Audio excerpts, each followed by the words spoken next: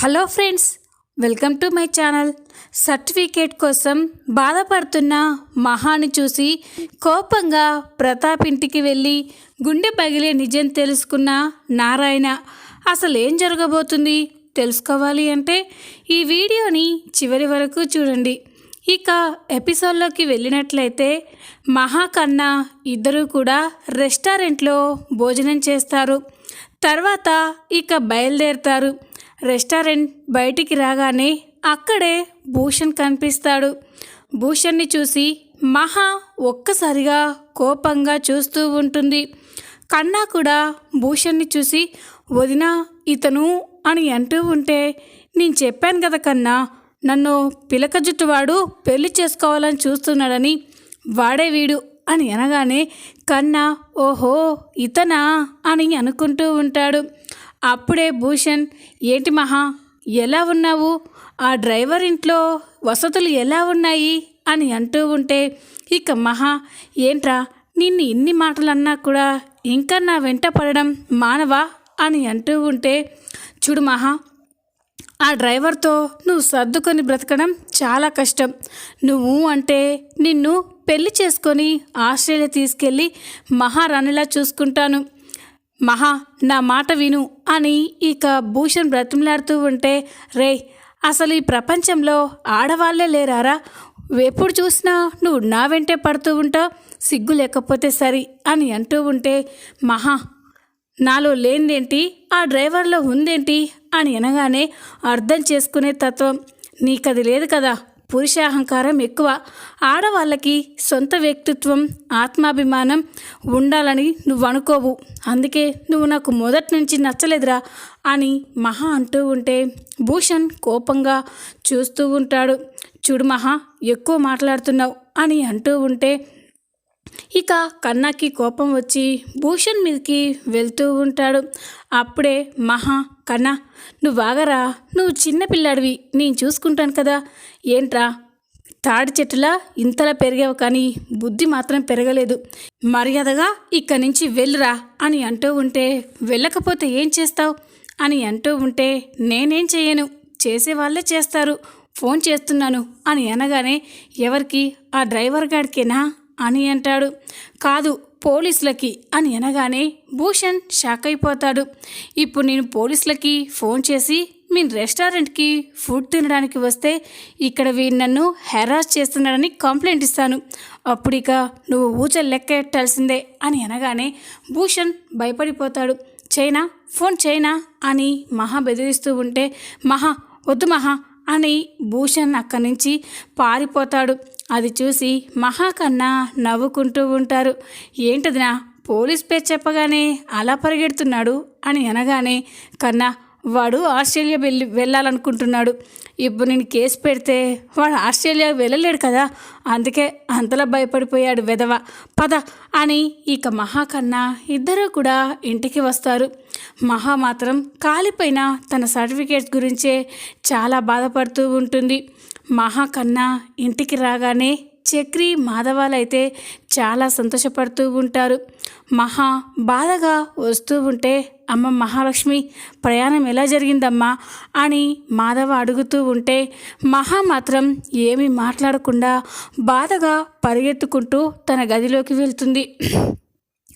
ఇక అది చూసి మాధవ చక్రి ఇద్దరూ కూడా షాక్ అయిపోతారు. అక్కడే ఉన్న కన్నాతో, రేయ్ కన్నా ఏం జరిగిందిరా, మహాలక్ష్మి అలా ఏడుస్తూ ఇంట్లోకి వెళ్ళిందేంట్రా అని అనగానే కన్నా మౌనంగా చూస్తూ ఉంటాడు. రేయ్ ఏం జరిగింది అంటే ఏం చెప్పవేంట్రా, అక్కడ మహాలక్ష్మిని వాళ్ళ అమ్మ నాన్న ఏమన్నా అన్నారా అని అనగానే ఇక కన్నా అన్న వదిన తన సర్టిఫికేట్స్ కోసం ఎంతో ఆశగా ఆ ఇంటికి వెళ్ళింది, కానీ పాపం వదిన సర్టిఫికేట్స్ తన కళ్ళ ముందే కాల్ చేశారంట అన్నయ్య అని అనగానే ఇక మాధవ చక్రి ఒక్కసారిగా షాక్ అయిపోతారు. ఇక మాధవ ఏంట్రా మహాలక్ష్మి సర్టిఫికేట్స్ కాల్ చేయడం ఏంటి అని అనగానే, అవునన్నయ్య వాళ్ళు గొప్పింటి వాళ్ళేమో కానీ గొప్ప మనసున్న వాళ్ళు కాదు, పాపం వదిన ఎంతో ఆశగా సర్టిఫికేట్స్ కోసం వెళ్ళింది. తన కళ్ళ ముందే ఆ సర్టిఫికేట్స్ని కాల్చి బూడిద చేశారంట. వదిన అప్పటి నుండి ఏడుస్తూనే ఉందన్నయ్య అని కన్నా చెప్పగానే చక్రి మాధవ షాక్ అయిపోతారు. ఇక చక్రి, నేను ముందు నుంచి అనుకుంటూనే ఉన్నాను, మహాలక్ష్మి అక్కడికి వెళ్తే ఏదో పెద్ద ఘోరం జరుగుతుందని. పాపం మహాలక్ష్మి తను చిన్నప్పటి నుండి కష్టపడి చదువుకుంది, అన్ని సర్టిఫికేట్స్ అన్నీ కాల్ చేశారా అని చక్రి కూడా చాలా బాధపడుతూ ఉంటాడు. అప్పుడే కన్నా, అన్నయ్య నువ్వు వదినని జాగ్రత్తగా చూసుకోవాలి. వదినకి ఇలాంటి సమయంలో నువ్వే ధైర్యం చెప్పాలి. వదిన అక్కడ రాజకుమారి అన్నయ్య, రాజకుమారి లాంటి జీవితం వదులుకొని నీ కోసం వచ్చింది. వదిన్ని మనం ఎప్పుడూ బాధ పెట్టొద్దు.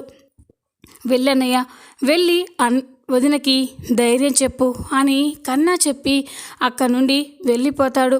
కన్నా వెళ్ళిపోగానే చక్రి మాధవ ఇద్దరూ కూడా ఒకరి మొహాలు ఒకరు చూసుకుంటూ ఉంటారు. పదరా అని ఇద్దరు మహాలక్ష్మి గది దగ్గరికి వెళ్ళి, అమ్మ మహాలక్ష్మి లోపలికి రావచ్చా అని అనగానే రాపెద్ది అని అంటుంది. ఇక మాధవ చక్రి ఇద్దరు మహాలక్ష్మి దగ్గరికి వెళ్తారు. మహా అయితే వస్తున్న దుఃఖాన్ని ఆపుకుంటూ కన్నీళ్ళు తూర్చుకుంటూ, ఏంటి పెద్ది అని అంటుంది. అమ్మ మహాలక్ష్మి, మీ ఇంటి దగ్గర ఏం జరిగిందో కన్నా మొత్తం చెప్పాడమ్మా. అయినా నీ సర్టిఫికేట్స్ కాల్ చేయడానికి వాళ్ళకి ఏం హక్కు ఉందనమ్మా? నీ సర్టిఫికేట్స్ కాల్చి బూడిద చేశారు అని అంటూ ఉంటే మహా అయితే చాలా బాధపడుతూ ఉంటుంది. పెద్ది, చిన్నప్పటి నుండి నేను ఎంతో కష్టపడి చదివాను, ఎన్నో మెడల్స్ ఎన్నో ర్యాంకులు తెచ్చుకున్నాను. అవన్నీ నా కన్న తండ్రే నా కళ్ళ ముందు కాల్చి బూడిద చేశారు అని అనగానే ఇక చక్రి, అదేంటండి నీ మీద కోపం ఉంటే సర్టిఫికేట్స్ కాల్ చేయడం ఏంటి అని అనగానే, లేదండి వాళ్ళు నాకు సర్టిఫికేట్స్ ఇవ్వాలని అక్కడికి రమ్మని చెప్పలేదు. నన్ను ఎలాగైనా ఒప్పించి అక్కడే ఉంచాలని నన్ను అక్కడికి రమ్మని చెప్పారు. నేను అక్కడికి వెళ్ళాక సర్టిఫికేట్స్ ఇస్తే నేను ఎక్కడ బయటికి వచ్చి జాబ్ చేస్తానేమో, ఆ సర్టిఫికేట్స్ లేకుండా చేస్తే అక్కడే పడుంటుందని వాళ్ళు ఆలోచించారు. కానీ నేనెందుకు అక్కడ ఉంటాను? సర్టిఫికేట్ లేకపోతే ఏంటి, నేనున్నాను కదా, నాకు ఆత్మవిశ్వాసం ఉంది కదా, అందుకే వాళ్ళతో తెగతెంపులు చేసుకొని వచ్చేశాను అని మహా అంటూ ఉంటే ఇక మాధవ చక్రి షాక్ అయిపోయి చూస్తూ ఉంటారు. మహా బాధపడుతూ ఉంటే, మాధవ చూడమ్మా, బాధపడకు, మనిషికి నైపుణ్యం పట్టుదల ఉండాలి, కానీ ఈ సర్టిఫికేట్స్తో ర్యాంకులతో పనేమీ లేదమ్మా. ఖచ్చితంగా నువ్వు అనుకున్నది సాధిస్తావు, ఒక గొప్ప పొజిషన్లో ఉంటావు. అప్పుడు మీ అమ్మ నాన్నలకి నువ్వేంటో అర్థమవుతుందమ్మా అని మాధవ చెప్తూ ఉంటే ఇక మహా అయితే చాలా ఎమోషనల్ అయిపోతూ ఉంటుంది. అది కాదు పెద్ది, నా సర్టిఫికేట్స్ నా చేతికి వస్తాయి, నేను ఒక మంచి జాబ్ చూసుకొని బయట రూమ్ తీసుకుని మీకు భారం లేకుండా చేయాలని చూశాను, కానీ ఇంకా నేను మీకు బరువుగానే ఉండిపోయాను అని అనగానే మాధవ చక్రి షాక్ అయిపోయి చూస్తూ ఉంటారు. ఇక చక్రి, అదేంటండి మీరు మాకు భారం ఏంటి అని అంటూ ఉంటే అప్పుడే మాధవ, అవునమ్మా, నువ్వు నాకు కూతురు లాంటి దానివమ్మా, నువ్వు మాకు బరువేంటి? ఏ తండ్రి కూడా తన కూతుర్ని భారమని ఎప్పుడూ అనుకోడు, నువ్వు ఎప్పుడూ అలా ఫీల్ అవ్వద్దమ్మా అని మాధవ అయితే మహాకి ధైర్యం చెప్తూ ఉంటాడు. ఇక మహా, పెద్ది అని ఇక మాధవ చెయ్యి పట్టుకొని చాలా ఎమోషనల్ అయిపోతూ ఉంటుంది. పెద్ది, ఈ సమయంలో మీరు కానీ నా పక్కన లేకపోతే మా వాళ్ళు చేసిన దానికి నేను ఏమైపోయేదాన్నో అని అంటూ ఉంటే ఇక మాధవ, నీకేం కాదమ్మా, నీకు మేమున్నాము అని ధైర్యం చెప్తూ ఉంటాడు. ఇక ఇంతలోనే ఉదయం అవుతుంది. ఉదయం కాగానే మహా ఉదయాన్నే లేచి గదిలో నుండి బయటికి రాగానే చక్రి, కేశవ, కన్నాలు పడుకొని ఉంటారు. మాధవ పని చేసుకుంటూ ఉంటారు. ఏంటి పెద్ది, వీళ్ళకి చెప్పాను కదా ఉదయాన్నే లేవాలి అని, ఇంకా ఇలా పడుకున్నారేంటి అని అనగానే, పోనీలేమ్మా అని అంటాడు. లేదు పెద్ది, వీళ్ళని ఇలాగే వదిలేస్తే ఇంకా మధ్యాహ్నానికి నిద్రలేస్తారు, చెప్తాను వీళ్ళ సంగతి అని ఒక ప్లేటు గరిటె తీసుకొని వచ్చి చక్రి పడుకున్న వాళ్ళ చెవుల దగ్గర ఆ శబ్దం చేస్తూ ఉంటే ఆ శబ్దానికి చక్రి కేశవ కన్నా ఒక్కసారిగా నిద్రలేస్తారు. అబ్బా ఏంటండి, కాసేపు పడుకోనివ్వండి అని అంటూ ఉంటే, ఏంటి పడుకునేది, ఇంతసేపు పడుకుంటే ఇంట్లో దరిద్ర దేవత తాండవిస్తుంది. ఉదయం 6 గంటలకల్లా లేవాలని చెప్పాను కదా, లేవండి అని మహా గట్టిగా అరిచేసరికే ఇక అందరూ కూడా భయపడి నిద్రలేస్తారు. కేశవ గబగబా తన గదిలోకి వెళ్ళిపోతారు. చక్రి కన్నా కూడా నిద్ర మొహాన్ని వాళ్ళ దుప్పట్లు తీసుకొని అక్కడి నుంచి వెళ్ళిపోతారు. వాళ్ళు అలా నిద్ర లేవడం చూసి మహా మాధవ వైపు చూసి, చూసావా పెద్ది అని అనగానే, నువ్వు సూపర్ అమ్మా అని మాధవ అంటాడు. ఇక అప్పుడే ఎవరి పనులు వాళ్ళు చెయ్యాలి అని మహా గట్టిగా చెప్పేసరికి అందరూ కూడా గబగబా ఉరుకులు పెడుతూ ఉంటారు. అప్పుడే నారాయణ కూడా మహాకి భయపడి అక్కడే ఉన్న ముగ్గు డబ్బా తీసుకొని ఆకిట్లో ముగ్గు వేస్తూ ఉంటాడు. అప్పుడే కన్నా బయటికి వచ్చి నారాయణ ముగ్గు వేయడం చూసి, అన్నయ్య వదినమ్మా అందరూ బయటికి రండి అని అనగానే ఇక నారాయణ రేయ్ వద్దురా అని అంటూ ఉంటాడు. అప్పుడే అందరూ బయటికి వచ్చి ఏమైందిరా కన్నా అని అంటూ ఉంటే, ఒకసారి అక్కడ చూడండి అని నారాయణ వేసిన ముగ్గుని చూపిస్తారు. ఇక నారాయణ లారీ ముగ్గు వేయడం చూసి ఇంట్లో అందరూ కూడా నవ్వుకుంటూ ఉంటారు. ఏంటి లారీ బొమ్మ అని అంటూ ఉంటే, ఆయనకి అది తప్ప ఇంకేమొస్తుందండి అని చక్రి అంటూ ఉంటాడు. మహా నారాయణ లారీ బొమ్మ గీయడం చూసి చాలా నవ్వుకుంటూ ఉంటుంది. పోనీలేండి, లారీ బొమ్మ మాత్రం చాలా పర్ఫెక్ట్గా గీశారు అని ఇక మహా ఆ ముగ్గు చెరిపేసి మళ్ళీ తను మంచి ముగ్గు పెడుతూ ఉంటుంది. ఇక మాధవ తన డ్యూటీకి వెళ్ళిపోతాడు. చక్రి కేశవ అందరూ ఎవరి డ్యూటీకి వాళ్ళు వెళ్ళిపోతారు. కన్నా కూడా కాలేజ్కి వెళ్తూ, వదినమ్మ నేను మధ్యాహ్నానికల్లా వచ్చేస్తాను, నువ్వు బోర్గా ఫీల్ అవ్వకే అని అనగానే, సరే కన్నా, నా బోర్ కంటే నువ్వు చదువుకోవడం ఇంపార్టెంట్ కదా, వెళ్ళిరా అని మహా అంటుంది. కన్నా కాలేజ్కి వెళ్తారు. మహా ఒక్కతే ఇంట్లో ఉంటుంది. కాసేపటి తర్వాత బయటికి వెళ్ళి నారాయణ ఇంటికి వస్తాడు. నారాయణ ఇంటికి వచ్చేసరికి మహా అయితే ఒంటరిగా ఉంటుంది. అమ్మో, కోడలిపిల్లతో జాగ్రత్తగా ఉండాలి, మొన్నే కోడలిపిల్ల నా వల్ల ఇబ్బంది పడింది అని నా కొడుకులు చెప్పారు కదా అని నారాయణ అయితే ఇక డీసెంట్గా ఉండడానికి ప్రయత్నిస్తూ ఉంటాడు. బయటే మంచంలో కూర్చొని తన రేడియో ఆన్ చేసుకొని నిద్రపోతూ ఉంటాడు. మహా మాత్రం ఇంట్లో ఒంటరిగా కూర్చొని చాలా బోర్గా ఫీల్ అవుతూ ఉంటుంది. బోర్ కొడుతుంది, ఏం చేయాలి, ఇంట్లో ఏమైనా బుక్స్ ఉన్నాయేమో చూస్తాను అని మహా అక్కడే ఉన్న బుక్స్ని చెక్ చేస్తూ ఉంటుంది. అలా చెక్ చేస్తూ ఉండగా అందులో కన్నా సర్టిఫికేట్స్ కనిపిస్తాయి. ఆ సర్టిఫికేట్ చూసి మహా అయితే ఒక్కసారిగా తన కాలిపైన సర్టిఫికేట్స్ గుర్తుకు వచ్చి చాలా ఎమోషనల్ అయిపోతూ ఉంటుంది. ఆ సర్టిఫికేట్ని చూస్తూ చాలా బాధపడుతూ ఉంటే ఇంతలోనే నారాయణ అక్కడికి వస్తాడు.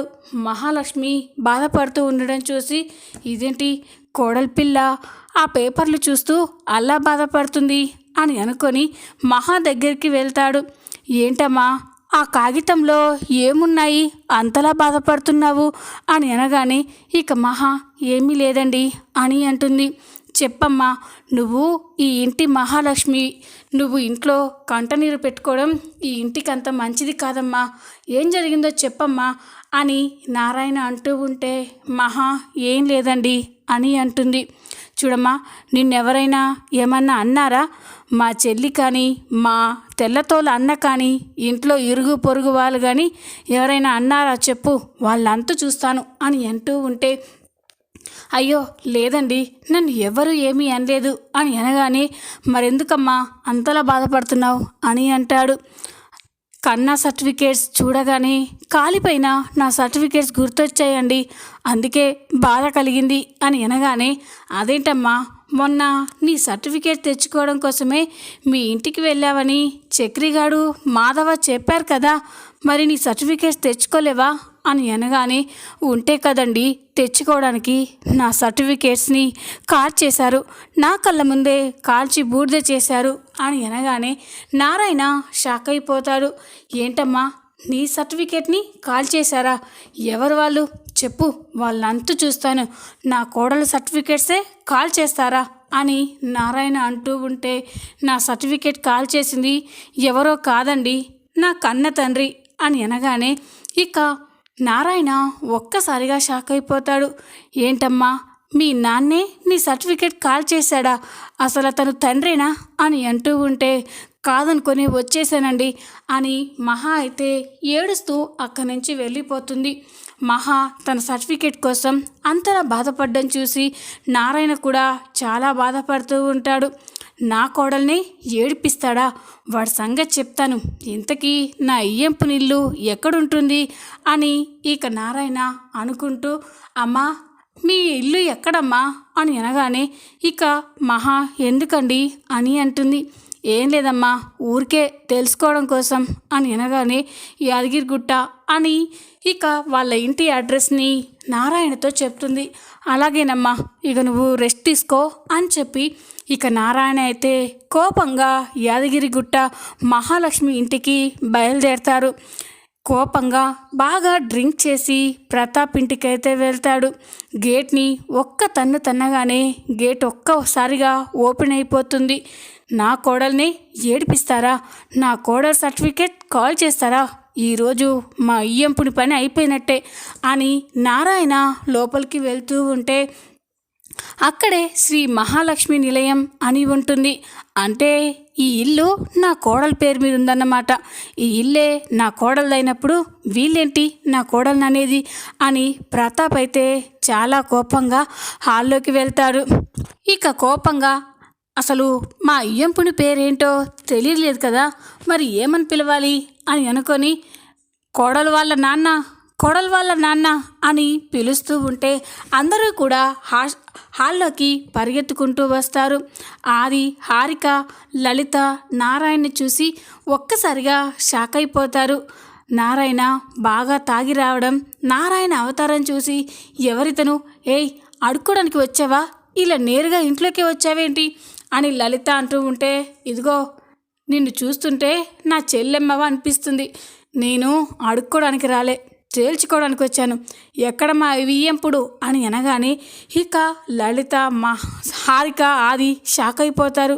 ఇదేంటి హారిక అని అంటూ ఉంటే, నాకు తెలిసి ఇతను చక్రి వాళ్ళ నాన్నగారేమో అత్తయ్య అని అనగానే ఇక లలిత, ఆది ఒక్కసారిగా షాక్ అయిపోతారు. అంటే నా కూతురుండే ఇంట్లో తాగుబోతూ వీడేనమాట అని లలిత అయితే అనుకుంటూ కోపంగా చూస్తూ ఉంటుంది. ఎక్కడున్నాడు నీ మొగుడు? రమ్మని చెప్పు. ఎంత ధైర్యం ఉంటే నా కోడల్నే బాధ పెడతారా అని నారాయణ అంటూ ఉంటే ఇక ఇంతలోనే ప్రతాప్, లలిత ఎవరి ఇంట్లో గొడవ అని కిందికి వస్తూ ఉంటాడు. ప్రతాప్ కిందికి వచ్చి ఒక్కసారిగా నారాయణని చూసి షాక్ అయిపోతాడు. ఇక నారాయణని చూసి నారాయణ అని అంటూ ఉంటే నారాయణ తాగిన మత్తులో ప్రతాప్ని గుర్తుపట్టడు. ఇక ప్రతాప్ నారాయణ దగ్గరికి వెళ్ళి నారాయణని 2 చేతులు పట్టుకొని, రే నారాయణ, ఎక్కడికి వెళ్ళిపోయావురా? ఏమైపోయావు? నీకోసం నేను ఎంత వెతికానో తెలుసా? నీకోసం వెతకని చోటంటూ లేదురా, ఎక్కడికి వెళ్ళిపోయావురా అని అంటూ ఉంటే అందరూ షాక్ అయిపోయి చూస్తూ ఉంటారు. ఇక నారాయణ కూడా, ఎవర్రా నువ్వు, నన్ను పేరు పెట్టి పిలుస్తున్నావు అని అనగానే, రే నేన్రా నీ ప్రాణ స్నేహితుడు ప్రతాప్ని, గుర్తుపట్టలేదా అని అనగానే ఇక నారాయణ అయితే ప్రతాప్ని చూసి ఒక్కసారిగా గుర్తుపడతాడు. రే ప్రతాపు అని అంటూ ఉంటే, అవునరా నేనే రా నీ ప్రతాప్ని అని అనగానే, నువ్వారా, ఎన్ని రోజులైందిరా నిన్ను చూసి అని ఇక నారాయణ, ప్రతాప్ ఇద్దరూ కూడా హగ్ చేసుకొని చాలా సంతోషపడుతూ ఉంటారు. ఇక అప్పుడే నారాయణ, రే అంటే నా కోడలి పిల్ల అని అనగానే, ఏంట్రా ఏం మాట్లాడుతున్నావు అని అంటూ ఉంటే, అరే మహాలక్ష్మి అని అనగానే, నా కూతురేరా, ఒక డ్రైవర్ని ప్రేమించి వాడితో వెళ్ళిపోయింది అని అనగానే, అంటే నా కోడలి పిల్ల నీ కూతురా అని అంటాడు. అది విని ప్రతాప్ షాక్ అయిపోతాడు. ఏంట్రా నా కూతురు నీ కోడలి పిల్ల అంటే చక్రి నీ కొడుకా అని అనగానే, అవునరా చక్రి నా రెండో కొడుకు అని ఇక నారాయణ అనేసరికి ప్రతాప్ షాక్ అయిపోతారు. అప్పుడే లలిత, ఎవరండి ఈయన, మీకు ఇంతకు ముందే తెలుసా, నాకేం అర్థం కావట్లేదు అని అంటూ ఉంటే, లలిత, చెప్పాను కదా నాకు ఒక ప్రాణ స్నేహితుడు ఉన్నాడని, వాడి వల్లే నేను ఈరోజు ఈ పొజిషన్లో ఉన్నానని. వాడు ఎవడో కాదు లలిత, ఇదిగో వీడే నారాయణ, నా ప్రాణం వీడు అని అనగానే అందరూ ఒక్కసారిగా షాక్ అయిపోయి చూస్తూ ఉంటారు. చూద్దాం రాబోయే ఎపిసోడ్లో ఏం జరగబోతుందో.